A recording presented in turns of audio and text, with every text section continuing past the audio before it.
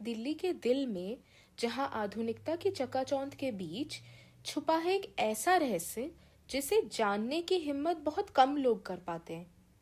आज मैं आपको ले चलती हूँ उस जगह जहाँ 103 सीढ़ियाँ उतरने के बाद लोग वापस लौटने की हिम्मत खो देते हैं, जहाँ दिन में भी अंधेरा महसूस होता है और रात में तो खैर बात ही मत कीजिए। ये कहानी है दिल्ली की सबसे भूतिया जगह की, अग्रसेन के बावली की, और उस रात की जब 3 दोस्तों ने यहाँ की असलियत जानने की कोशिश की। पर याद रखिएगा, कुछ सच्चाइयाँ जानने के लिए नहीं होती। 14वीं सदी में महाराज अग्रसेन ने इस बावली का निर्माण करवाया था। 60 मीटर लंबी और 15 मीटर चौड़ी ये बावली कभी दिल्ली के लोगों के लिए पानी का स्रोत हुआ करती थी। लेकिन ये बावली सिर्फ पानी के लिए नहीं बनाई गई थी। इतिहास के पन्नों में दर्ज है कि जब भी इस शहर पर संकट आता था, जब दुश्मन दिल्ली पर हमला करते थे, तो यहाँ की औरतें इस बावली में कूदकर जल समाधि ले लेती थी। जौहर या सामूहिक आत्महत्या। सैकड़ों औरतों ने यहाँ अपनी जान दी है। उनकी चीखें, उनकी आखिरी सांसें आज भी इन दीवारों में कैद है। और जो सबसे डरावनी बात है वो ये कि जब ये बावली पानी से भरी होती थी तो लोगों को एक अजीब आवाज सुनाई देती थी, एक आवाज जो उन्हें बुलाती थी पानी में कूदने के लिए। अंग्रेजों के समय 1947 से पहले 40 से ज्यादा लोग इस बावली में कूदकर मर चुके थे। तब सरकार ने बावली से पूरा पानी निकलवा दिया। पर क्या पानी निकालने से वह आत्माएं भी निकल गई? लोगों का कहना है कि नहीं। आज भी जब कोई यहाँ की 103 सीढ़ियां उतरता है तो नीचे पहुंचकर उसे लगता है जैसे अदृश्य पानी में वो डूब रहा है। सांस फूलने लगती है, दिल तेज धड़कने लगता है और मन में आता है यहीं रुक जाओ हमेशा के लिए। ये कहानी है 2019 की अक्टूबर महीने की एक रात की। 3 दोस्त, राहुल, आदित्य और प्रियांशु, तीनों दिल्ली यूनिवर्सिटी के छात्र थे। यूट्यूब के लिए हॉरर वीडियो बनाते थे। उस रात का प्लान था अग्रसेन के बावली में रात 12 बजे शूटिंग करना है। आर्कियोलॉजिकल सर्वे ऑफ इंडिया की हिफाजत से बचकर अंदर घुसना था। राहुल बहुत उत्साह से कहता है, भाई आज का वीडियो वायरल हो जाएगा। अग्रसेन की बावली रात के 12 बजे, कौन करता है ऐसा? आदित्य हंसते हुए, हाँ यार, वैसे भी ये सब बकवास है, भूत वूत कुछ नहीं होता, बस लोगों का डर है। प्रियांशु थोड़ा डरते हुए, पर यार मैंने सुना है कि यहाँ सच में कुछ है, लोग कहते हैं। राहुल बीच में ही बोलता है, अरे छोड़ यार ये सब, चल कैमरा चेक कर, 11:30 बज गए हैं। रात के 12 बजे तीनों दोस्त बावली की दीवार फांदकर अंदर घुस गए। चारों तरफ अंधेरा था, सिर्फ उनके टॉर्च की रोशनी थी। वो धीरे धीरे सीढ़ियां उतरने लगे। आदित्य कैमरे में देख के बोलता है, तो दोस्तों हम अभी अग्रसेन की बावली के अंदर हैं, देखते हैं क्या होता है। 10 सीढ़ियां, 20, 30 सीढ़ियां। अचानक प्रियांशु रुक गया। प्रियांशु घबराकर कहता है, सुना तुमने? राहुल पूछता है, क्या? प्रियांशु कहा, पायल की आवाज, छन छन। आदित्य हंसते हुए, अरे कुछ नहीं है यार, चल नीचे। वो आगे बढ़े। 50, 60, 70 सीढ़ियां उतर गए। तापमान अचानक गिर गया, ठंडी हवा का एक झोंका आया। राहुल रुक कर कहा, भाई यहाँ हवा कहाँ से आ रही है, ये तो बंद जगह है। और फिर उन्होंने सुना एक महिला की आवाज, दूर से गूंजती हुई, आ जाओ आ जाओ, यहाँ बहुत शांति है। तीनों जम गए। आदित्य डरते हुए, ये क्या था? प्रियांशु चीखते हुए, भागो यार, वापस चलो। लेकिन जब उन्होंने पीछे मुड़कर देखा तो सीढ़ियां गायब हो चुकी थी। जहां सीढ़ियां थी वहां सिर्फ एक काली दीवार थी। अब तीनों दहशत में थे। राहुल ने टॉर्च नीचे की ओर की और चीख पड़ा। बावली के नीचे जहां सिर्फ सूखा जमीन होना चाहिए था, वहां काला पानी था, गाढ़ा, सड़ा हुआ, और उस पानी में तैर रहे थे चेहरे, दर्जनों चेहरे, औरतों के, बच्चों के, सब डूबे हुए, सब देख रहे थे उनकी ओर।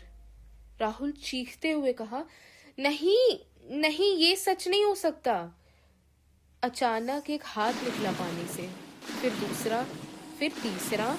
दर्जनों हाथ निकल आए और वो सब सीढ़ियां चढ़ने लगे, उनकी ओर आने लगे। आदित्य का फोन बजा। स्क्रीन पर नंबर था 103। उसने कांपते हुए हाथों से फोन उठाया। फोन पे आवाज आई, तुमने हमें जगा दिया है, अब तुम्हें यहीं रहना होगा, हमेशा हमेशा हमेशा के लिए। प्रियांशु अचानक बेहोश हो गया।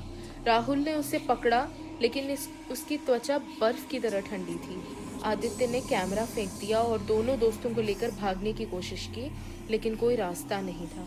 चारों तरफ से आवाजें आ रही थी, रुक जाओ, यहीं रहो, हमारे साथ रहो, हमेशा के लिए।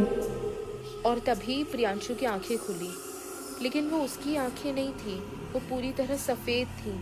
उसने एक अजीब आवाज में कहा, मैं यहीं रहूंगा, हमेशा, तुम भी रहोगे, कोई नहीं जाएगा। राहुल और आदित्य की चीखें निकल गई। अगली सुबह जब बावली खुली तो गार्ड ने 3 बेहोश लड़कों को सीढ़ियों के बीच में पड़ा पाया। प्रियांशु की हालत सबसे ज्यादा खराब थी। वो बड़बड़ा रहा था, अजीब भाषा में, कोई समझ नहीं पा रहा था। अस्पताल में डॉक्टरों ने कहा ये साइकोलॉजिकल है, लेकिन राहुल और आदित्य जानते थे ये उससे भी कहीं ज्यादा थी। प्रियांशु घर आया, लेकिन वो प्रियांशु नहीं था। वो रात भर जगता था, अंधेरे में घूरता रहता था, कभी कभी हंसता था बिना किसी वजह के। और हर रात ठीक 12 बजे वो चीखने लगता, मुझे वापस जाना है, वापस बावली ले चलो। उसके परिवार ने सब कुछ किया, डॉक्टर, साइकियाट्रिस्ट, लेकिन कुछ फर्क नहीं पड़ा। आखिर में राहुल की दादी ने एक तांत्रिक बाबा को बुलवाया, बाबा रामदयाल को। वो दिल्ली के पुराने काली मंदिर के पुजारी थे। बाबा रामदयाल गंभीर आवाज में कहते हैं, ये बावली है, ये कोई साधारण जगह नहीं है। यहाँ सदियों पुरानी आत्माएं कैद हैं। जिन औरतों ने यहाँ जान दी, उनकी पीड़ा, उनका दर्द, उनका गुस्सा सब यहीं रह गया है। तुम्हारे दोस्त, उन पर उन्हीं में से किसी एक का साया है, उसे मुक्ति चाहिए।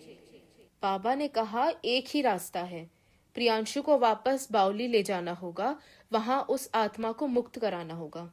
राहुल और आदित्य डर गए, लेकिन अपने दोस्त को बचाने के लिए उन्हें हाँ करनी थी।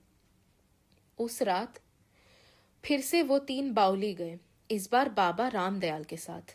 बाबा के हाथ में था एक त्रिशूल, एक घंटी और काली माता का यंत्र। बाबा मंत्र पढ़ते हुए, ओम क्रीम कालिकाय नमः, ओम क्रीम कालिकाय नमः। जैसे ही वो सीढ़ियां उतरे, फिर से वही हुआ। ठंडी हवाएं, आवाजें और काला पानी दिखने लगा। लेकिन इस बार बाबा तैयार थे। बाबा ने घंटी बजाई, तेज आवाज गूंजी और अचानक प्रियांशु जमीन पर गिर गया। उसके शरीर से एक धुआं निकला और वो धुआं एक आकार लेने लगा, एक औरत की, सफेद साड़ी में, बाल खुले हुए, आंखों में आंसू लेकर। आत्मा कहती है, मुझे मुक्ति चाहिए, मुझे यहाँ से जाना है, मैं 600 साल से यहाँ कैद हूँ, मैं अपने परिवार के पास जाना चाहती हूँ, मुझे आजाद कर दो। बाबा कहते हैं, तुम अकेली नहीं हो, तुम्हारे साथ कितनी और आत्माएं हैं यहाँ पे। आत्मा बोली, सैकड़ों। हम सब यहाँ फंसे हुए हैं। हम मरना नहीं चाहते थे, लेकिन हमारे पास कोई रास्ता नहीं था। अब हम सिर्फ शांति चाहते हैं। बाबा बोले, तो सुनो, मैं तुम सबको मुक्त करूंगा, लेकिन तुम्हें वादा करना होगा किसी और निर्दोष को नहीं सताओगी। बाबा ने एक बड़ा हवन कुंड बनाया, बावली के सबसे नीचे। आग जलाई और मंत्र पढ़ना शुरू किया। ओम त्र्यंबकं यजामहे सुगंधिम पुष्टिवर्धनम उर्वारुकमिव बंधना मृत्युर्मुक्षीयमामृता। कहा, मृत्युंजय मंत्र पढ़ा। घंटों तक मंत्र चले, आग की लपटें बढ़ती गईं और अचानक एक तेज रोशनी हुई, इतनी तेज कि सबने आंखें बंद कर ली। जब आंखें खोली तो वो औरत गायब थी। हवा में शांति था, ठंडी हवा नहीं थी, बिल्कुल एक सुकून था। और प्रियांशु, वो उठा, उसकी आंखें अब नॉर्मल थी।